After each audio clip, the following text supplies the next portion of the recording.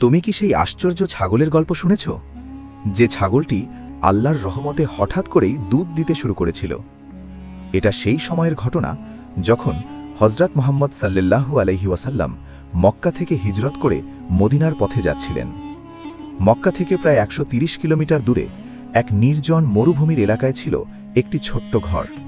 সেখানে থাকতেন একজন সাহসী মহিলা উম্মে মাবাদ আর তার স্বামী আবু মাবাদ। একদিন সেই ঘরের সামনে এসে দাঁড়ালেন হযরত মুহাম্মদ সাল্লাল্লাহু আলাইহি ওয়াসাল্লাম এবং তার সঙ্গীরা। তিনি উম্মে মাবাদকে জিজ্ঞেস করলেন, তোমাদের কাছে কি কোনো খাবার বা দুধ আছে?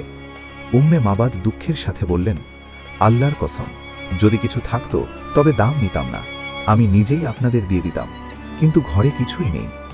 ঠিক তখনই হযরত মুহাম্মদ সাল্লাল্লাহু আলাইহি ওয়াসাল্লামের নজর পড়ল একটি দুর্বল শুকনো ছাগলের উপর।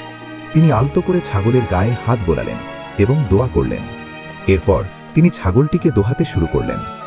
অলৌকিকভাবে ছাগলটির থন থেকে দুধ বের হতে শুরু করল। একটি পাত্র ভরে গেল সাদা দুধে। প্রথমে তিনি উম্মে মাবাদকে পান করতে দিলেন, তারপর তার সঙ্গীরা পান করলেন, সবশেষে তিনি নিজেও পান করলেন। সবাই তৃপ্ত হওয়ার পরও পাত্রে দুধ রয়ে গেল।